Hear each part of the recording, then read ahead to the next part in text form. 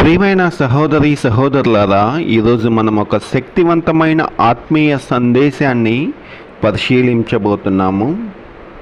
మనము ఏ రోజైనా ఇలా అనుకొని ఉన్నామా, నేను ప్రార్థిస్తున్నాను, నా దేవుడు వింటున్నాడా, నా ప్రార్థనా శక్తి ఫలిస్తుందా, నాకు ప్రత్యుత్తరం ఇచ్చే దేవుడు ఉన్నాడా, నాకు పిలిచే సంఘం ఉన్నదా అని నీవు అనుకొని ఉంటే ఈరోజు ఈ వాక్యము మనకు స్పష్టమైన సమాధానాన్ని ఇస్తుంది.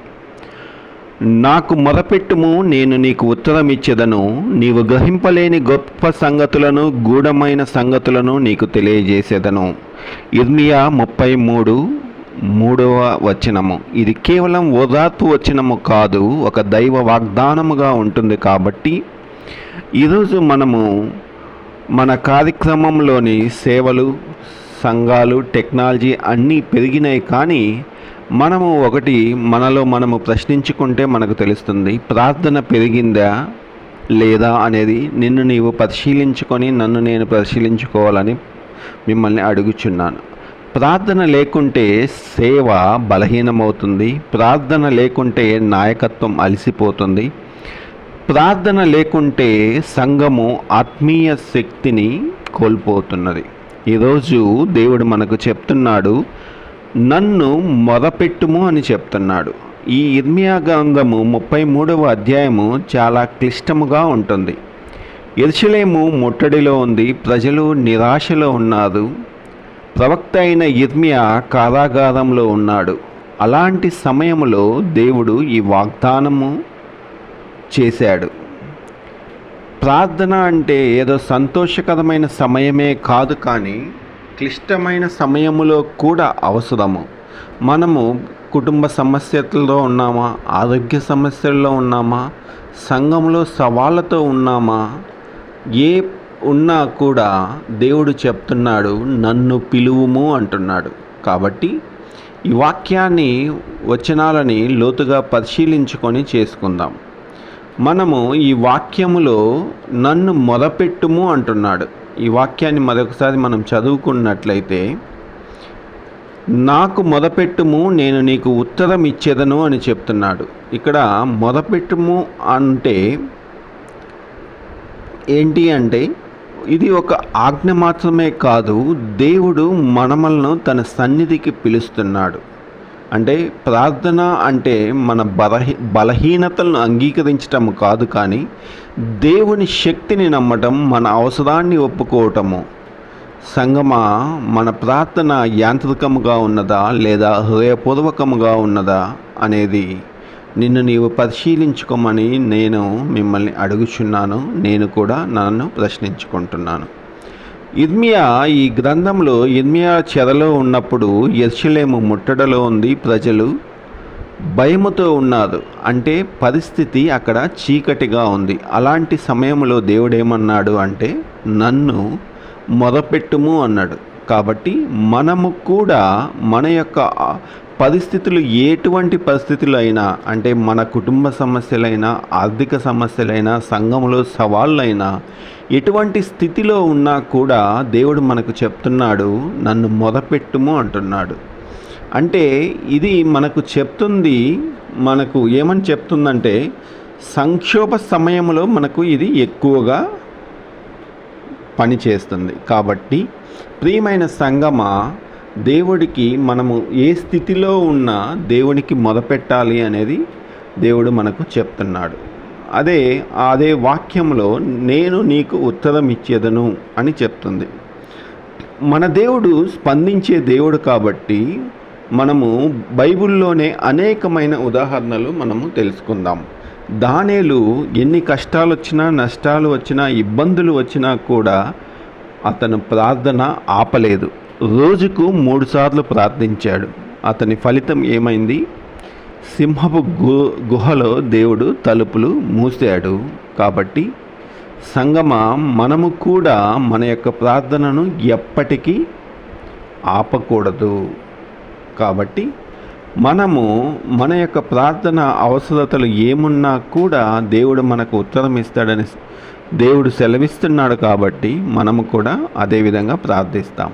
అదేవిధంగా ఒకటో సామ్యూయేలు 1వ గ్రంథంలో హన్నా కన్నీళ్లతో మొదపెట్టింది, కానీ హన్నాను ప్రజలు అర్థం చేసుకోలేదు. తన యొక్క యాజకుడు కూడా తప్పుగా అర్థం చేసుకున్నాడు. కానీ దేవుడు హన్నా యొక్క ప్రార్థన విన్నాడు. ఫలితము సామ్యూయేలు జన్మించాడు. కాబట్టి మన కన్నీటి ప్రార్థనలు స్వర్గంలో నమోదవుతాయి. మనకు చెప్పబడిన రీతిగా, పైన ఉదహరించిన రీతిగా దానియేలుకు సింహపు గుణలో రక్షణ ఉంది. హన్నా కన్నీటి ప్రార్థనకు సమాధానం వచ్చింది. ఎలీషా కన్నీటితో ప్రార్థించినప్పుడు వర్షం ఆపబడింది, మళ్ళీ వచ్చింది. కాబట్టి మన దేవుడు మౌనంగా ఉండే దేవుడు కాదు. కాబట్టి మనము ఒక విషయాన్ని గుర్తించుకోవాలి. ఆయన సమాధానము మనకి సమయానుసారముగా ఉంటుంది. మనము అనుకుంటాము, నేను ప్రార్థించాను, నాకు సమాధానం లేదు, నేను ప్రార్థించాను, నాకు సరైన ఫలితం లేదు అనుకుంటావు. కానీ దేవుడు సరి అయిన సమయములో సమయానుకూలముగా నీకు సమాధానం ఇస్తాడని ఈ వాక్యము ద్వారా మనము గుర్తెరుగుదాం. ఇంకా మరొక మాట ఆ వాక్యంలోనే, గొప్ప గూఢమైన సంగతులు. అంటే మన దృష్టి పరిమితమైనది, దేవుని దృష్టి అపరిమితమైనది. ప్రార్థనలోనే దేవుడు మనకు దారి చూపిస్తాడు, జ్ఞానాన్ని ఇస్తాడు, భవిష్యత్తుకు ఆశ ఇస్తాడు. మన ప్రార్థన మన సమస్యల పైన కాక దేవునిపై దృష్టి పెడదాం. మనము ఈ 3 సంగతులను గట్టిగా గుర్తుంచుకొని ముందుకు సాగుదాం. అదేవిధంగా మన యొక్క యేసు ప్రభువు కూడా మనకు సేవ చేయటానికి ప్రారంభించటానికి ముందు ప్రార్థించాడు. శిష్యులను ఎన్నుకునే ముందు ప్రార్థించాడు. గెత్సెమని తోటలో కన్నీటితో ప్రార్థించాడు. యేసు ప్రార్థనను తన జీవితంలో కేంద్రంగా ఉంచాడు. అయితే సంఘము ఎందుకు వెనకడుగు వేయాలని మనము తెలుసుకుందాం. సంఘానికి మనము ఈరోజు 3 సవాళ్ళుగా తీసుకుందాం, 3 నిర్ణయాలుగా. 1, నిన్ను నీవు వ్యక్తిగతంగా ప్రార్థించుకుంటున్నావా? కుటుంబ ప్రార్థన నీవు ప్రారంభించున్నావా? సంఘ ప్రార్థన నీకు ఉన్నుందా? సంఘము పిలిస్తే దేవుడు స్పందిస్తాడు. కాబట్టి ఈ 3 నిర్ణయాలు ఈ రాత్రికాల సమయంలో నీవు నేను ఈ శ్రమల దినంలో తీసుకొని ముందుకు సాగుదాం. మన దేవుడు మనల్ని పిలుస్తున్నాడు. నువ్వు ప్రార్థనలో బలహీనంగా ఉన్నావా? సమాధానం ఆలస్యమవుతున్నట్లు అనిపిస్తున్నాడా? ఈరోజు మనకు దేవుడు చెప్తున్నాడు, మళ్ళీ నన్ను పిలువు, ప్రార్థనను వదలొద్దు, అలసిపోవద్దు. కాబట్టి ప్రియమైన దేవుని బిడ్డలారా, ఈ రాత్రికాల సమయములో నీ సమస్య ఏదైనా, నీ కష్టం ఏదైనా, నీ యొక్క ఇబ్బందులు ఏదైనాను నీకు సమాధానం రాలేదు అని దిగులు చెందక, సమయానుకూలముగా దేవుడు నీకు సహాయం చేస్తాడని నమ్మి ఈరోజు మనము ముందుకు సాగుదాం. దేవుడు ఈ మాటలు దీవించులాగున మనం కళ్ళు మూసుకొని ప్రార్థనలో ముందుకు సాగుదాం.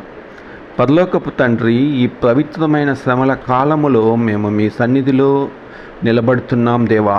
నీ వాక్యములో నన్ను వరపెట్టుము అని మమ్మల్ని ఆహ్వానించినందుకు కృతజ్ఞతలు దేవా. ప్రభువా, మా సంఘాన్ని ప్రార్థించే సంఘముగా మార్చుము. మా ప్రార్థనలు అలవాటుగా కాక ఆత్మీయ ఆర్తనాదముగా మార్చినట్లు కృపణీయము.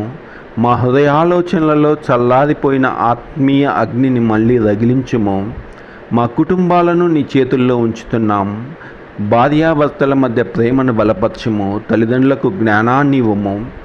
పిల్లలకు మరియు ఉద్యోగాలకు ప్రభావితున్న బిడ్డలకు ప్రలోభాల నుండి కాపాడుము. వారి యొక్క భవిష్యత్తుకు నీ దైవిక మార్గదర్శకత్వాన్ని ప్రసాదించుము దేవా.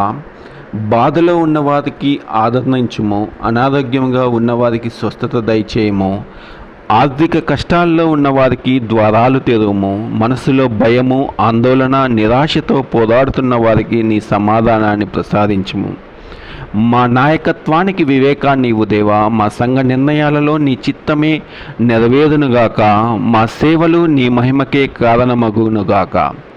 ప్రభువా, మాకు తెలియని గూఢమైన సంగతులను తెలియచేయము. మా దృష్టిని విస్తరింపచేయము. మా విశ్వాసాన్ని బలపరచము. మా ప్రార్థనల ద్వారా ఈ ఆన్లైన్లో వింటున్న ప్రతి ఒక్క బిడ్డ ఆత్మీయ పునరుద్ధరణ పొందులాగున దయచేయము తండ్రి. ఈ శ్రమల దిన కాలము ముగిసేసరికి మేము మారిన హృదయాలతో, బలమైన విశ్వాసముతో, గాఢమైన ప్రార్థనా జీవితం కలిగి ఉండే సభ్యులుగా మాకు సహాయం దయచేయమని ఈ కొద్ది మాటలు మా ప్రభువును ప్రియకుమారుడైన యేసుక్రీస్తు నామమున వినయంగా ప్రార్థించి వేడుకొంచున్నాం తండ్రి. ఆమెన్.